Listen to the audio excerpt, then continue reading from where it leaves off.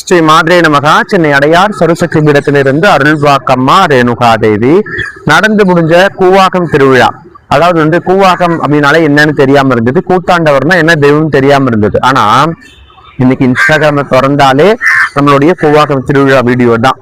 அதாவது கூத்தாண்டவர் கோயிலுடைய தேர் திருவிழா பத்தி நிறைய பதிவுகள் போட்டிருந்தாங்க. நானும் ஷார்ட் வீடியோ கொடுத்துருக்கேன், இது லென்த் வீடியோ. சரிங்களா? இந்த வீடியோ என்ன, கூத்தாண்டவர் கதை என்ன, திருநங்கையிலேயே தாலி கட்டி அறுக்கிறாங்க, இதனால என்ன பலன் அப்படின்றது எல்லா விஷயத்தையும் தெரிஞ்சுக்கிறதுக்கு முன்னாடி இந்த சேனலை நம்மளுக்கு சப்ஸ்கிரைப் பண்ணுங்க. உங்களுடைய ஆதரவை எங்களுக்கு கொடுங்க. அப்பதான் தொடர்ந்து ஆன்மீகம் சம்பந்தமான பல வீடியோக்களை உங்ககிட்ட நான் ஒரு காணொலியா பகிர முடியும். சரிங்களா?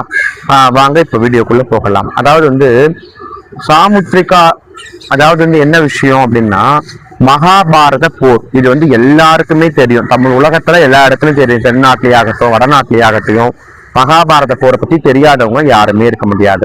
அதுல மிக மிக மிக முக்கியமானவர் யாரு அப்படின்னா கிருஷ்ண பரமாத்மா.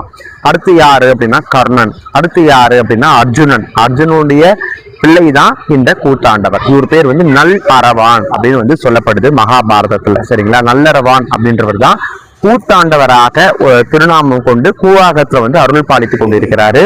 இந்த சுவாமி எதுக்காக இந்த திருவிழா பண்றாங்க அப்படின்னா, மகாபாரதம் போர் வெற்றி அடையணும் அப்படின்னா அதுக்கு ஒரு பலி கொடுக்கணும். எல்லா விதமான போர் நடத்துறதுக்கு முன்னாடி பலி கொடுப்பாங்க.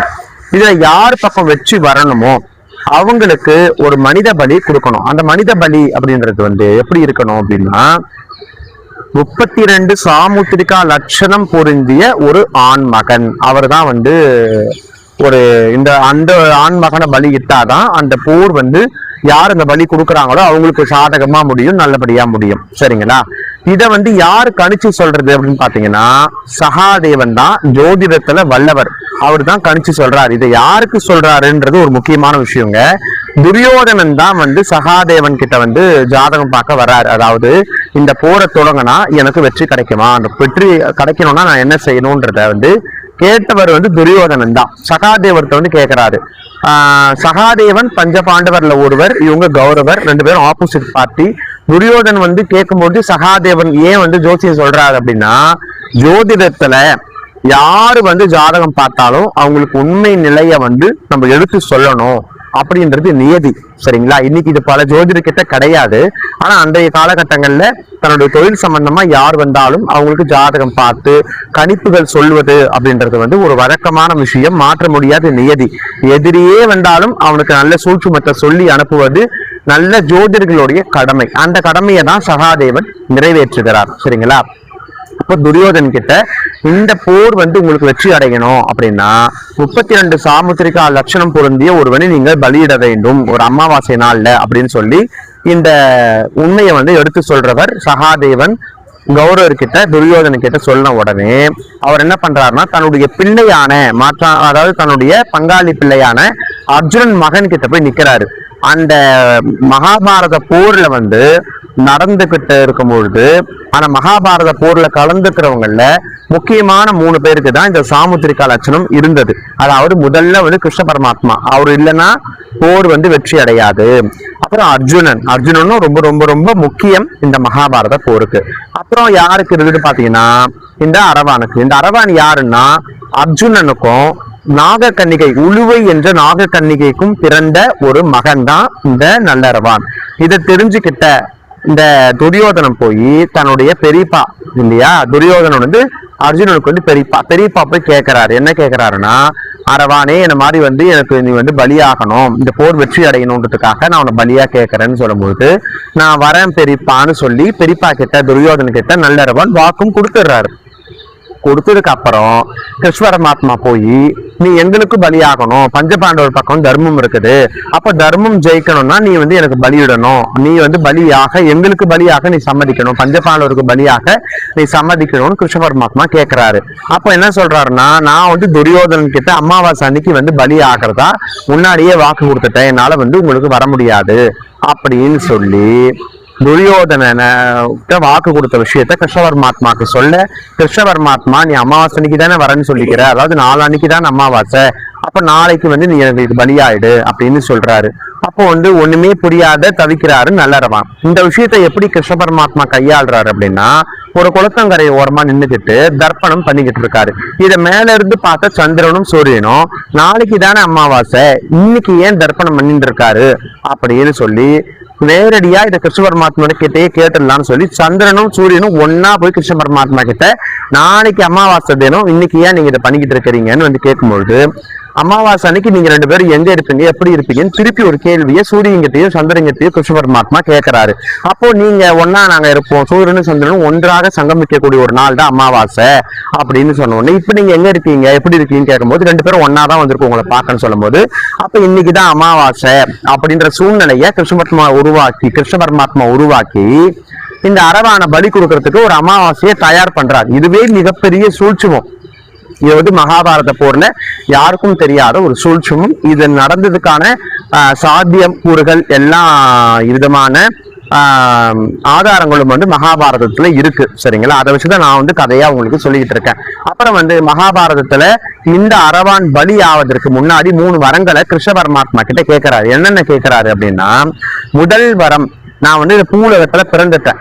இந்த பூவுலகத்துல பிறந்ததுனால இந்த பூவுலக வாழ்க்கை என்பது எப்படி இருக்கணும்னு நான் வந்து அனுபவிச்சு பார்க்கணும். அப்ப எனக்கு இது வரைக்கும் திருமணமாகல, ஒரு பெண் சுகத்தை வந்து நான் பார்க்கணும் அப்படின்னு சொல்லி கேட்கிறாரு.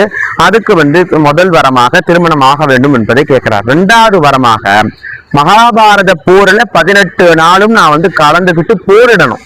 அதான் என்னுடைய நோக்கமே. சரிங்களா? தர்மத்தின் பக்கம் நான் போராடாம நான் மரணிச்சுட்டா அப்புறம் இந்த உலகத்துல பிறந்ததுக்காகவும் என் தந்தையருக்கு பிறந்ததுக்கு ஒரு அர்த்தம் இல்லாத போயிடும். அதனால 2வது வரமாக இந்த 18 நாள் யுத்தத்திலையும் நான் கலந்துக்கணும்னு கேட்கிறாரு. சரிங்களா?